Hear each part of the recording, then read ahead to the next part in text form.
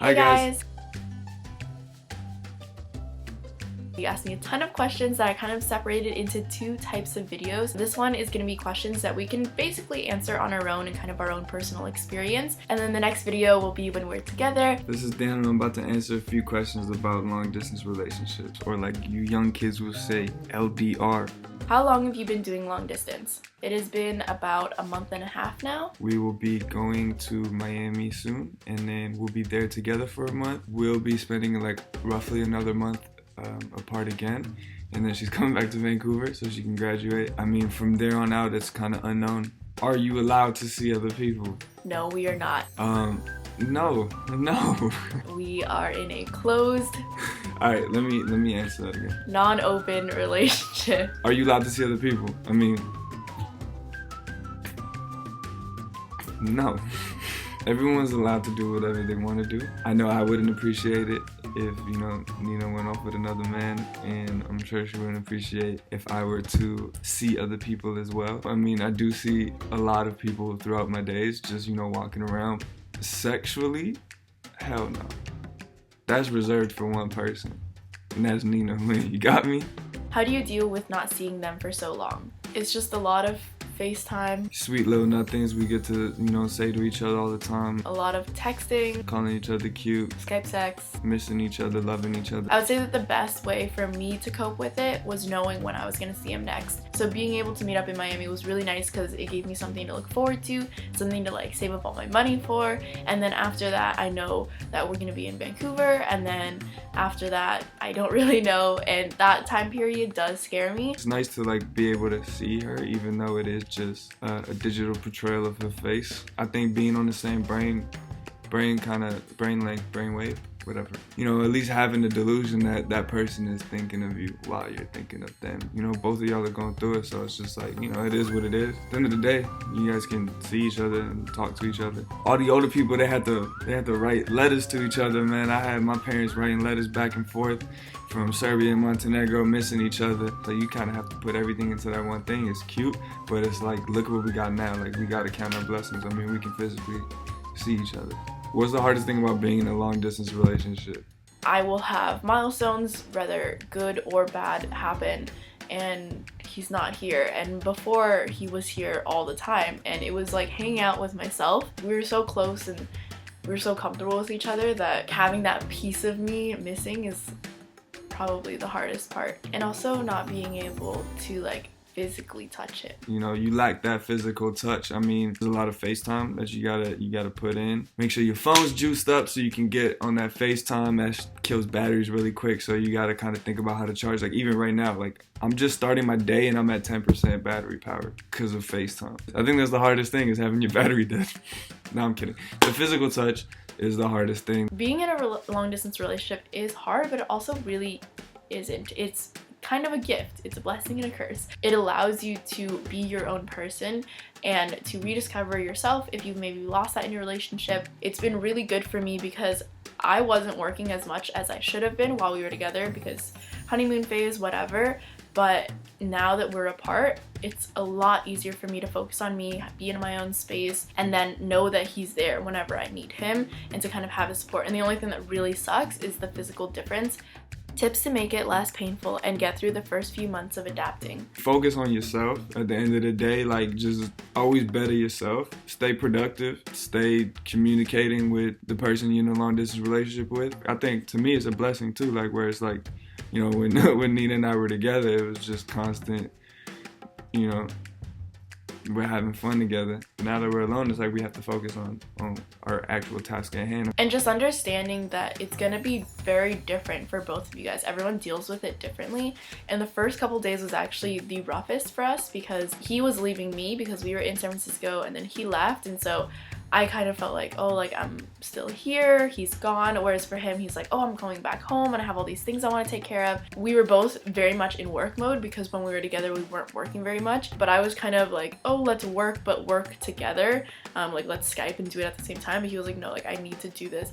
by myself, like it's a distraction, all this stuff. And I just felt really sad because I felt like he didn't want to talk to me, and I thought that this is what it would be like, that he wouldn't make time for me. I think it's just understanding that everyone is going to react to it differently, everyone's going to expect different things, and you really have to communicate all of that. But what we have started doing, which was really fun, we have been watching movies together. I'll have my movie playing and then we'll mute each other and then unmute each other just whenever like we want to talk, and we like do talk a lot throughout movies, but that's because we watch movies that are so bad. If you guys have seen The Layover, when the bow breaks, awful. And we really like watching movies like that where you can just like hate on it. It's just really fun, and we do it a lot when we're in person too. Oh, and also I should say we love playing Scrabble when we're together, and so we download a Scrabble on our phone. We also have Words with Friends, and when we were first apart it helped so much. So it's nice to be able to keep the same rituals that you had, just adapt them to your new relationship. Things to talk about other than how your day is going. That's a good question. A lot of times it is just, oh, like, what'd you get up to, blah, blah, blah. We talk for hours about some random stuff.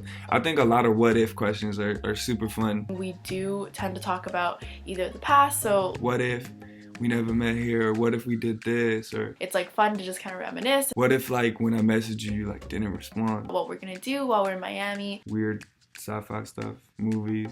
We're also thinking about getting into business together, which is obviously like very different from, I'm sure, a lot of long distance relationships, but it does also help to talk about that. Music, I talk a lot about music. I'll be sending her Kanye West stuff nonstop. You gotta love Kanye. Here's why he's great. Pow, right in the face. Kanye.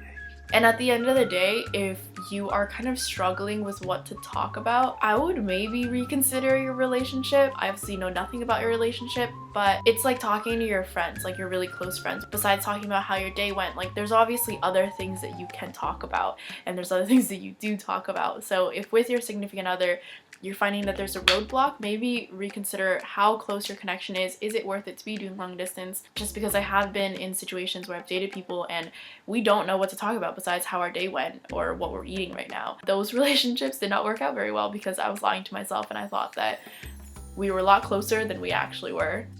Do you specifically make time to talk to each other to just talk, or go about your days constantly texting? We do text every now and then, but he doesn't have data. Yeah, one thing you need to know about me is I have the same phone plan from like when I first got a phone. I pay like $25 a month. I have no data. I do, so I can be reached at any time, whereas he has to be like at home or at a coffee shop, anywhere where there's Wi-Fi. So I can't text her when I'm out and about, only when I catch a Wi-Fi network, because I'm living that Wi-Fi life. I know that, and so it's fine. Like if he doesn't reply to me, I'm just assuming that he's like in transit somewhere. But we don't really rely on talking throughout the day as our form of communication, but the main bulk of our talking happens in the morning and at night. We'll mostly FaceTime when we wake up. Luckily we're in the same time zone also, which is beautiful. It's just really nice to like wake up to his face, just because I got so used to doing that for how many months. And then we'll FaceTime when we're about to go to sleep. We never really agreed that that's what we would do, but as it's progressed, I've realized that that's when we are the most free and when we are able to talk to each other. How to balance work, school, long distance relationship, etc. I think the key to balancing all of this is just being at the same level of busyness. For me and Dan, because I said like he does freelance design and I do YouTube, we're constantly working because we never clock in or clock out. And because we're both equally busy, it's a lot easier to kind of understand if we can't talk as much that day, or if we just need an off day and we want to talk a lot. Then if you do have a really busy school life and maybe say your partner doesn't, really make sure that you're communicating like how much time you can commit to communicating in this relationship. It's not really much to manage in regards to like our long distance relationship. Like we're good, you know what I mean? It's just like, we say what's up, we say hello, we just talk and we work. I would rather focus on my work now, especially because we're apart, and focus on school, because when I'm together with him, we spend a lot of time just focusing on each other and our relationship. And so right now I'd rather just focus on my work, build that work ethic, and get to a point where even while we're together, I can prioritize my work. And so this might not be applicable to you if maybe you have a really great work ethic, especially when you're together. But for me, I know that I let myself slide, so I really want to take this time to focus on myself. And we both know that. Like, before we started this long distance relationship, we were both saying we need this. Like, as much as it's really gonna suck, we both need this for our careers, because we're kind of launching our careers right now and we need this time to be able to focus on ourselves. So it's really nice to be able to focus on yourself, but then also have your partner there to be your rock, and like, they're not gonna go anywhere. If one of your love languages are physical touch or quality time, how do you cope when you're not together? So I don't know what his love languages are, but I know that mine is physical touch and gift giving, which is interesting. But not being able to physically touch him is really, really hard, because I just really miss that. Like, I miss just feeling his presence. That now sounds like he died. The only thing that really helps with that is probably... Am I allowed to say it? Cyber love. You know, y'all can just imagine me doing this to you, vice versa. You know what I'm saying? And it's just like, oh shit. It's all in the brain, man. Physical touch is amazing, but you can just try to imagine it. And then it makes it even more worth it when you actually do see them. It's kind of like the game of patience. It's like you're waiting. My memory is like kind of forgetting what it feels like, but like I know it felt good, but like I don't know. And then you come back and then it's like, boom, it starts with that hug and it's like, oh shit, that squeeze is just perfect. How do you guys work through an argument? Especially because all you have to do is hang up on each other. Do you guys sleep on it or try to resolve things ASAP? It's true, all you have to do is hang up, and I do that a lot. I've never hung up on Nina, but I will tell you that Nina has hung up on me numerous times. It's bad, I know that I should fix it, but I don't think a lot of the times he realizes how upset I am, because like I'll just go 0 to 100, and so I don't think he really realizes when I'm actually angry. I will just hang up and then he's like, oh, she's actually mad. How do I deal with it? I'll call her right back. And then we'll talk it out. I think there's maybe only been one time where I went to sleep because I was already like super tired, and so I just went straight to sleep, and then in the morning it was fine. She'll usually snap out of like whatever she's angry about. You also have to be a lot more diligent about how you're resolving your issues. I'm a real apologetic dude. I'll apologize when I'm wrong. She'll say sorry for getting mad at me for something that she was supposed to get mad at me for. Because you're doing long distance, if you're not even able to be like, oh, like, we're good, we're fine, whatever, I love you, then you don't have any other type of connection. You know what I'm saying? So I got myself a good one. It's not like I can be angry and then later can go see him physically. Like, it's not possible. Can't complain. I try to solve it as soon as possible. I don't like things being dragged on. Because at the end of the day, like, I miss him more than I need to be angry about whatever it is. Yeah, I just want to solve it, move past it, and just be like, look, I got you. Let's keep going. And I mean, it's also good to carry that same behavior over into your real life relationships, because usually I do get pretty upset and then I just stay really upset because it takes me a while to process all my emotions, but I'm actually able to process them a lot faster when we're doing it long distance. Some people like to sleep on it. It is what it is. Whatever y'all feel is best. Creative ways to still show them love. There are many creative ways. We haven't explored much of it. So we don't really send each other things. I mean, I'm kind of waiting for like when things get a little bit dull, I guess. I would really like if we did, except we know when we're gonna see each other next, and we would rather save our money to see each other. But I would say that if money is really tight, if it's really hard to see each other because of work or school, then yeah, sending letters is really, really sweet. And even though you are communicating every single day, like just getting a letter in the mail, it's just really nice. It helps them to know that you're thinking of them. You know, I have a lot of things in my head of like what I know I want to do for her. I can do designs and stuff, creating cute little greeting cards. You can buy them things. You can order stuff online and like get it sent to them. I also like go out shopping and stuff a lot for myself, and then I'll also check for her, and if I find something dope, I won't really think twice, I'll just get it. I usually know what she likes, so we good. I mean, that's my way of showing love as well. It's like that I'm thinking about you nonstop, even when you don't necessarily know it. We'll also just message each other throughout the day and be like, oh, like, I love you, and it's nice to get unwarranted I love yous.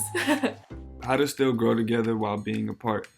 So obviously while you're apart, you're probably going to spend more time growing as an individual, and I think that's why it's so key to constantly communicate with your partner. If you don't ask each other how you're doing or what you've been up to, then a month could pass and you'd be a completely different person and they wouldn't even know. You could be together physically and still grow apart. It's very, very easy because you're not talking about the right things. How are you doing? What are you up to? Like, what do you want to achieve? Is that changing? And so for me, I'll just share everything that I'm thinking, everything that I'm feeling all the time. And I personally don't think it's overkill because for us it works really well. So he's always kind of in the loop. At the end of the day, don't be afraid to walk away. You know, if you do go apart, it is what it is. You can love someone with all your heart and maybe they're just a version of them that isn't compatible with you anymore, but that's okay. If you guys are on a different page, and maybe sometimes even distance helps you realize that. I think long distance relationships are actually very important, or some distance from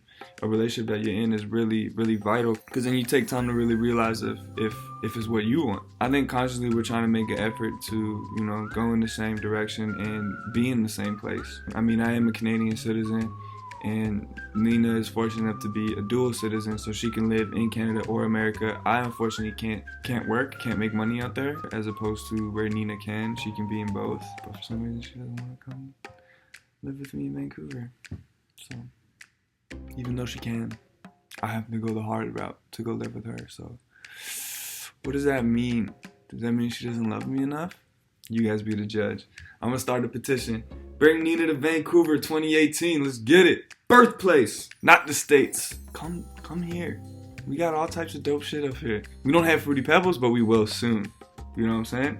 Secret. So that is it. Those are all the questions. I know that there's a lot of topics that we didn't hit on, and that's just because I wanted to talk about it together, and those are issues like trust, kind of future plans, things like that. So that will be in our next video when we're in Miami together.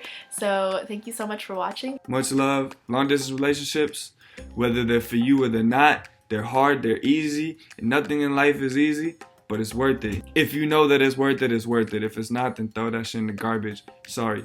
Know what works for you. That's the most important thing. And if something doesn't work, then why stay in it? Why force yourself? You know what I'm saying? And sometimes distance helps you realize that. But for now, this distance helped me realize that she's the one I want.